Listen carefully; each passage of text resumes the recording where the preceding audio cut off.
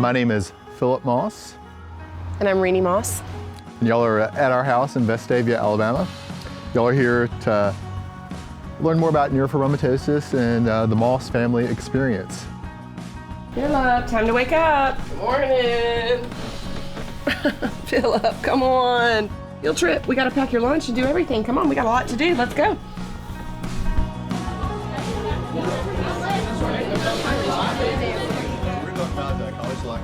Philip is very hardworking. He's a very dedicated husband and father. One of the things I fell in love about him is that he is very emotional. And most guys are not very emotionally available, at least the ones I met before Philip. She's a great mom. No, not that either. She's awesome. I'm blessed to have such a wonderful wife. We enjoy spending time outdoors, whether that's hiking, whether that's camping. Oh, no, that's a daddy long It's way. a daddy long. We enjoy being together as a family.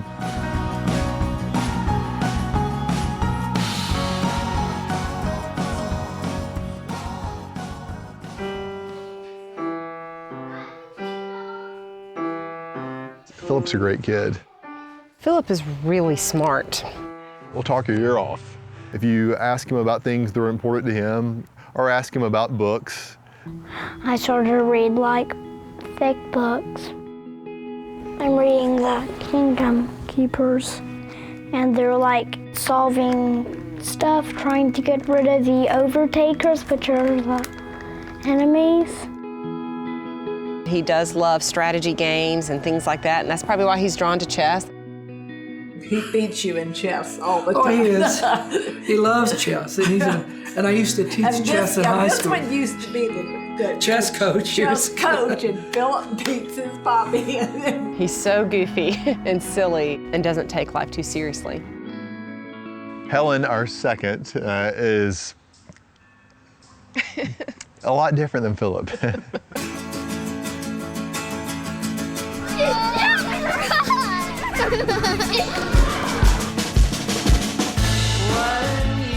She and brother tend to butt heads a little bit. They know how to push each other's buttons. Ow, please get off. Helen is very creative. She can come up with the most amazing magical place of candy mountains and unicorns and everything you can imagine. Your dog can do this.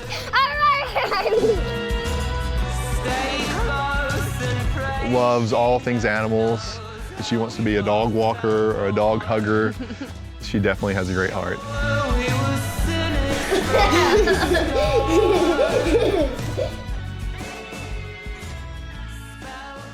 In spring of 2011, we noticed little Philip's neck was swollen.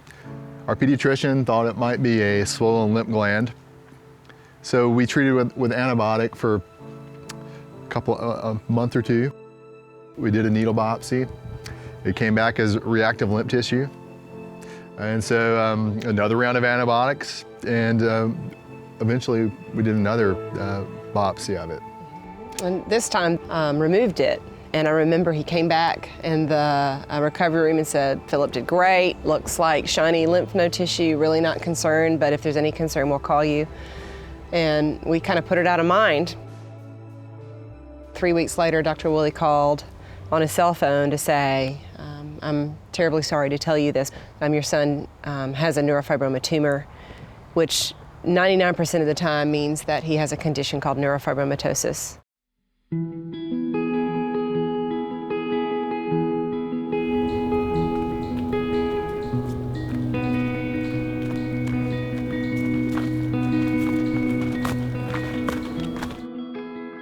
Neurofibromatosis is a genetic condition that affects 3 million worldwide. It causes tumors to grow anywhere in the body, even in between bones. And mine is on my neck, and so I have to have an MRI about twice a year. To an outsider, you look at Philip and you think nothing's wrong with him other than this. There's a 10 to 15% chance that his tumor could turn malignant. People aren't aware of this type of cancer. It is unique.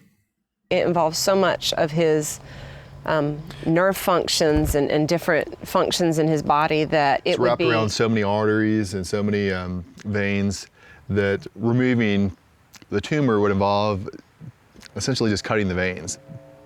and that would involve potentially losing the ability to swallow because it involves the nerves in the back of the throat and his tongue.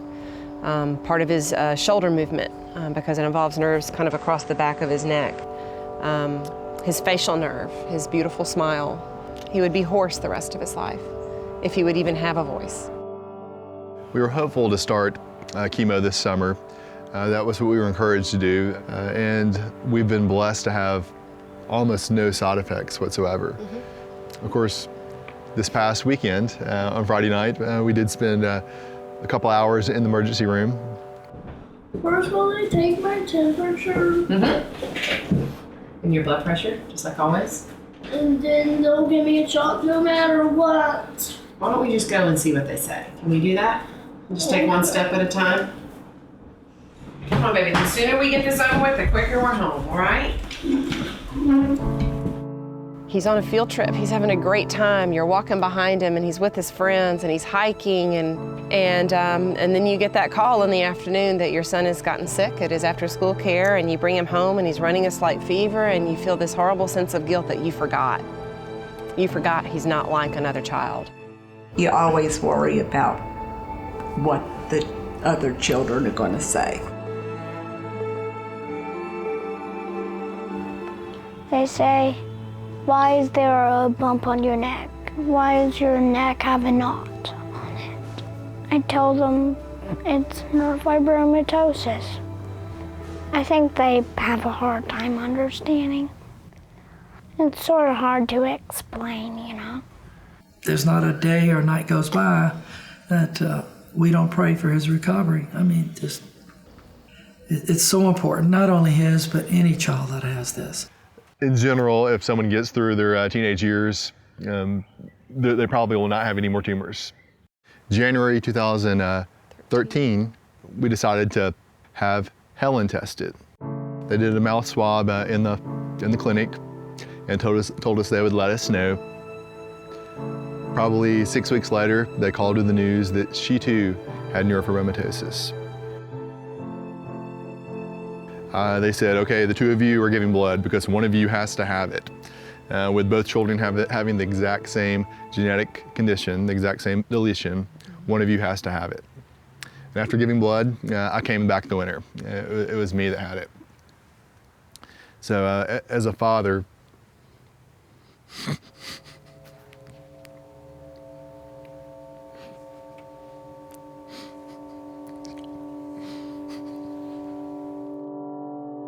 There's nothing you can do. You didn't know that, and we didn't know that.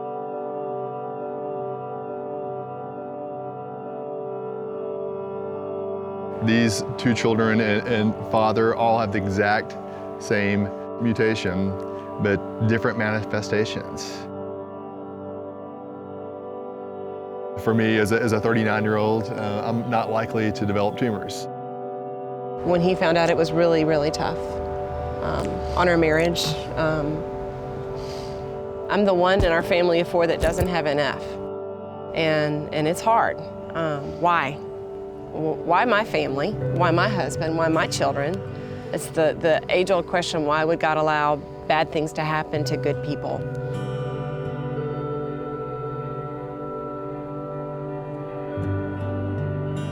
And we really wavered. We were not having any more children. You know, it's bad enough when you're raising your children and dealing with things, but to think that far off down the line when we're adults and celebrating a wedding, that they're faced with the decisions whether or not to have children. That in the back of my mind, watching my daughter walk down the aisle, that's gonna be on my heart, that she's gonna have to face that decision, and we haven't even been able to broach that discussion with her. As a parent, some things you can fix. You can put Band-Aids on scratches, kiss boo-boos, but NF is not like that.